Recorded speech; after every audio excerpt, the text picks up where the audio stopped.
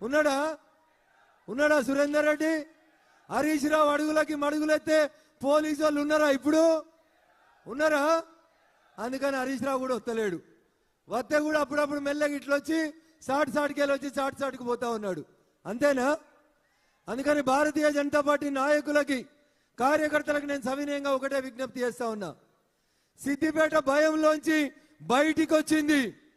సిద్దిపేట ఇయ్యలో 40 ఏళ్లుగా 1985లో చంద్రశేఖరరావు గెలిచిన నాటి నుంచి ఇయ్యాలటి దాకా ఒకటే కుటుంబం సిద్దిపేటను దోసుకుంటే ఆ సిద్దిపేట ప్రజలు చంద్రశేఖరరావు గారి కుటుంబాన్ని హరీష్ రావు గారిని వద్దనుకున్నారు. కాబట్టి ఇవాళ సిద్దిపేట గడ్డ మీద భారతీయ జనతా పార్టీ కోసం ఇంతమంది కార్యకర్తలు వచ్చి నినదించారు అనేది ఒక్కసారి మీరు అందరు కూడా గుర్తుంచుకోవాలి. చాలా మాట్లాడుతూ ఉన్నాడు హరీష్ రావు. నేను ఇవాళ రేవంత్ రెడ్డి కూడా బాగా మాట్లాడుతూ ఉన్నాడు. గంట కింద కాంగ్రెస్ పార్టీ గాంధీ భవన్ ముంగట ఓ బోర్డు పెట్టుకొని కూర్చున్నాడు రేవంత్ రెడ్డి. ఆ బోర్డులో నయవంచన అని హెడ్డింగ్ పెట్టిండు. నయవంచన అనే పదానికి పర్యాయ పదం ఎవరంటే ఈ దేశంలో కాంగ్రెస్ పార్టీ తప్ప ఇంకొక పార్టీ కాదు. దేశానికి స్వతంత్రం వచ్చినప్పటి నుంచి ఈ దేశంలో మెజారిటీ ప్రజలని వంచింది ఎవరంటే కాంగ్రెస్ పార్టీ తప్ప ఇంకొకరు కాదు.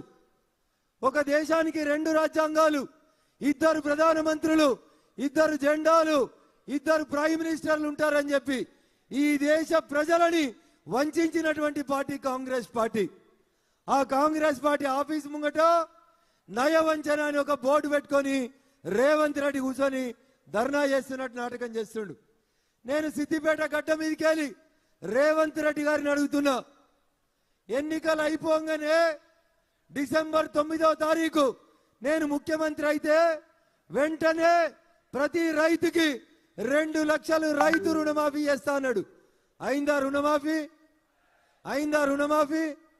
ఇగో రేవంత్ రెడ్డి దీన్ని అంటారు నయవంచన. అంటే ఓట్లేయించుకొని గడ్డకెక్కి ముఖ్యమంత్రిగా ప్రమాణం చేసి 4 నెలలు అయితే కూడా 2 లక్షల రైతు రుణమాఫీ చేయలేదు కదా. ఇగో దీన్ని అంటారు రేవంత్ రెడ్డి గారు నయవంచన అని దీన్ని చెప్తారు. ఏం చెప్పిండు? పెద్ద కొడుకు 2000 ఇస్తుండు, ముసలవ్వకిత్తే ముసలాయనకి ఇత్తలేడు.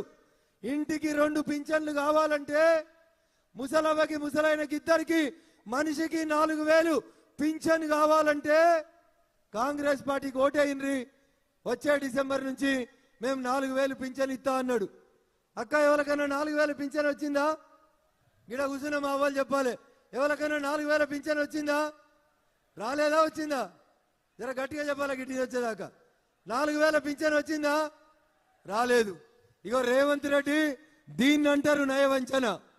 ఓట్ల కోసం 2000ని 4000 ఇస్తా అని చెప్పి ఓట్లు వేయించుకున్న తర్వాత ఏమైంది ముఖ్యమంత్రి గారంటే, అన్న నేను ఇడ బంగారు బిందెలు లంకె బిందెలు ఉన్నాయనుకొని వచ్చినా అక్కడ ఖాళీ కుండలు కనబడుతున్నాయని ప్రజలని మోసం చేసిన రేవంత్ రెడ్డిది ఏంటిదది?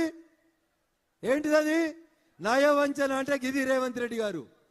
కాంగ్రెస్ పార్టీ బోర్డు పెట్టిన నయవంచన ఎవరికి అప్లికబుల్ అంటే ఈ దేశంలో పేద ప్రజలని వంచినటువంటి పార్టీ కాంగ్రెస్ పార్టీ. కాబట్టి నయవంచన అనే పదానికి పర్యాయ పదం ఎవరంటే కాంగ్రెస్ పార్టీ.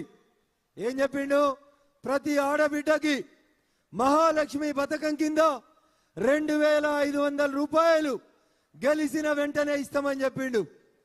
గెలిచి 4 నెలలు అయిపోయింది. వచ్చిందా మహాలక్ష్మి పథకం? టీవీలలో పేపర్లలో అడ్వర్టైజ్మెంట్ లో కనబడుతుంది తప్ప ఏ పేదింటి ఆడబిడ్డకి కాంగ్రెస్ పార్టీ ఇస్తా అన్నటువంటి 2500 రూపాయల మహాలక్ష్మి పథకం కింద ఈ రోజు దాకా కూడా డబ్బులు రాలేదు.